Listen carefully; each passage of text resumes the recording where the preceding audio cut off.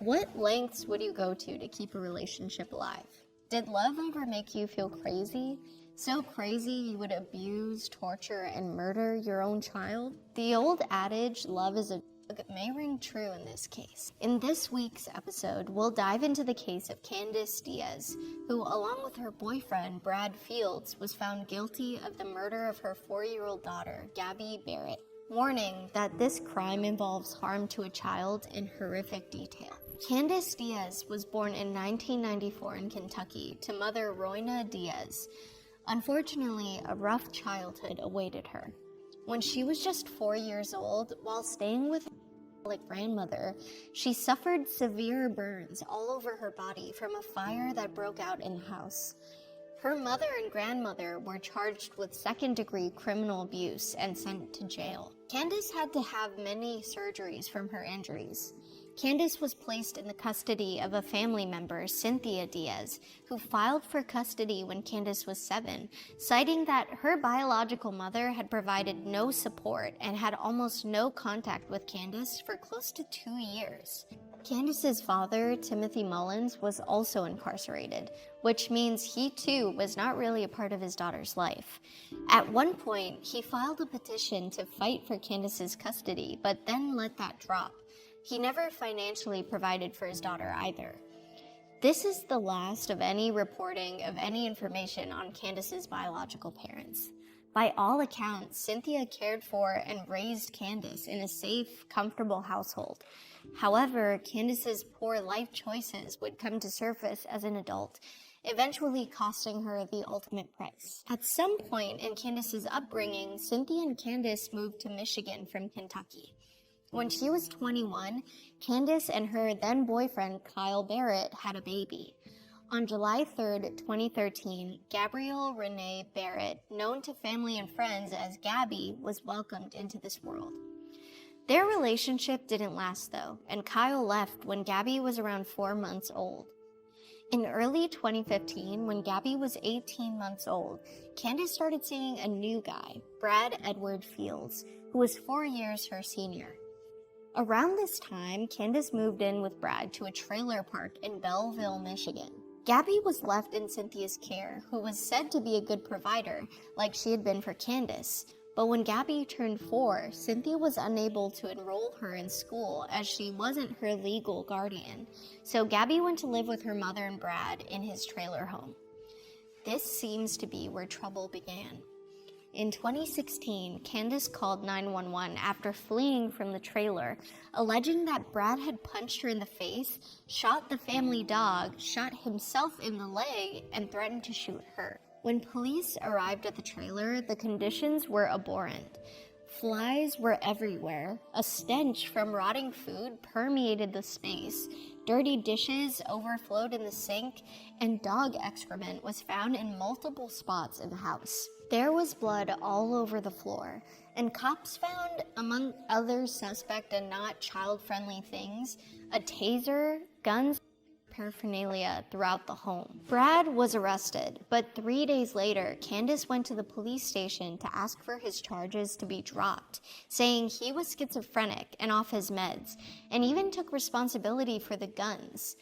Unfortunately, Brad was not charged with firing a gun, though multiple sources witnessed this as well, and he was released. At this time, through this violence, the kids were reported to still be staying with them, even though they were living in squalor. Brad and Candice had a baby named Zoe, who was apparently treated well.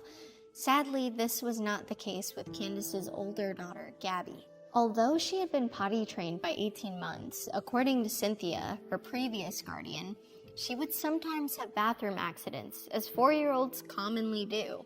This can also be a trauma response in young children. Sadly, this seemed to be the catalyst for much of Gabby's abuse.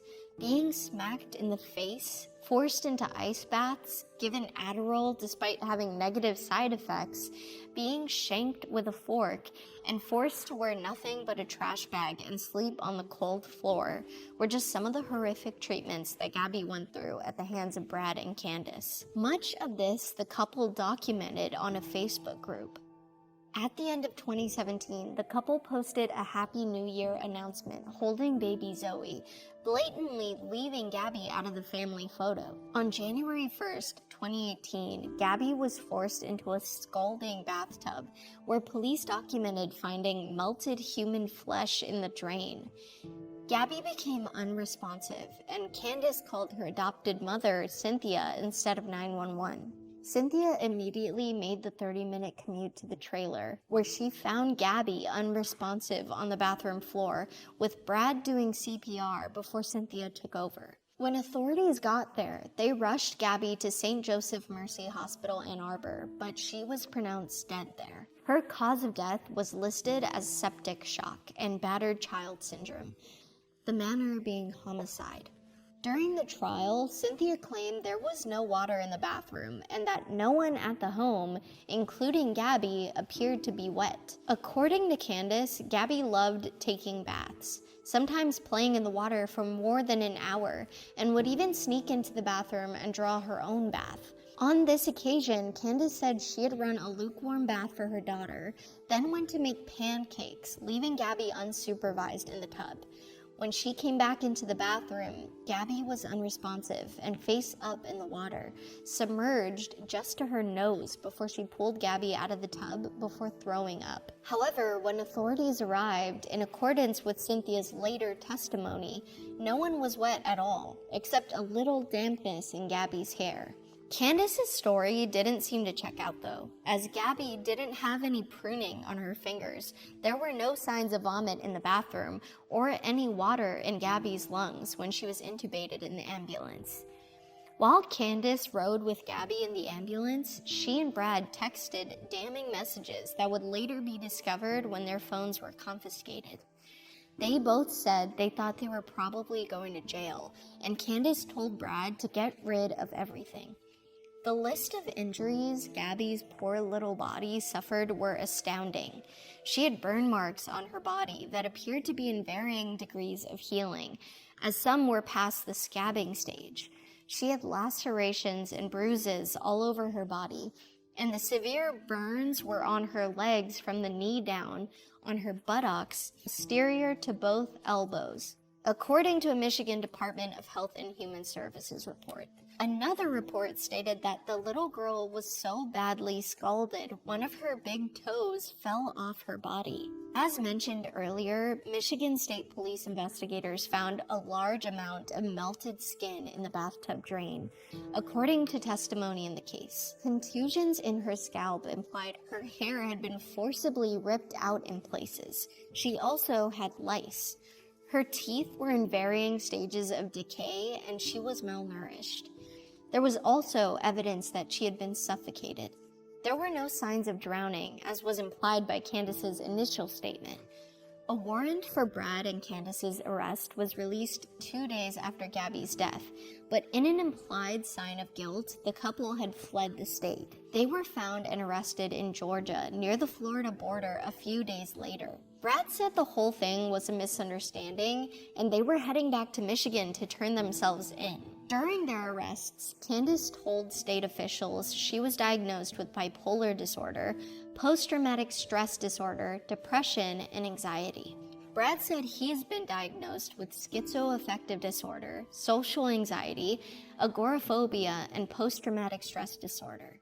However, after 2 competency examinations for Candice, one by the Michigan Department of Health and Human Services Center for Forensic Psychiatry, the other by a doctor retained by her attorney, David Cripps, she was deemed mentally able to stand trial. Candice also claimed she suffered trauma from her early years living with her biological mother.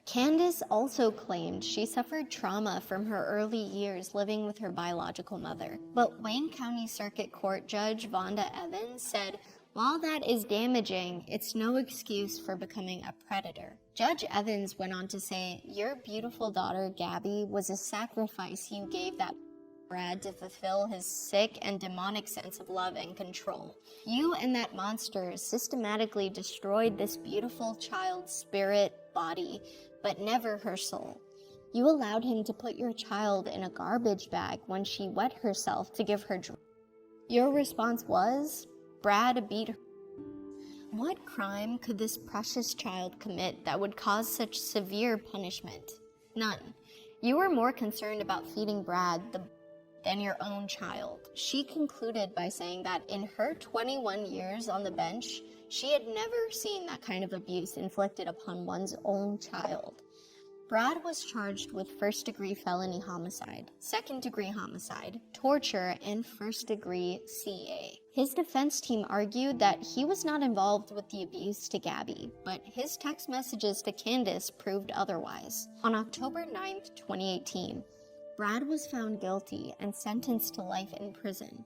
Candice was charged with all the same charges as Brad, but she took a plea deal to reduce her charges to just second-degree homicide and first-degree CA, and was sentenced to 30 to 60 years in prison. The state of Michigan took custody of baby Zoe, and we can only hope that she's now in a peaceful, clean, happy home, being cared for by sane, loving people. Kyle, Gabby's father, was incarcerated until January 3rd, 2018, being released just 2 days after his daughter was killed.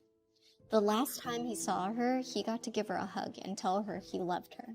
Gabby's paternal grandfather, Gabby Barrett, said that Gabby was always a happy child, an angel, he called her. He said his family had no idea of the horrors she was suffering and would have taken her from the home in a heartbeat if he had. Sadly, this is another case of trauma causing trauma. How was this level of abuse able to go on, especially after authorities had been called and the living quarters found to be in such destitution? We don't have answers to these questions, but it does seem clear that this is another example of the system failing.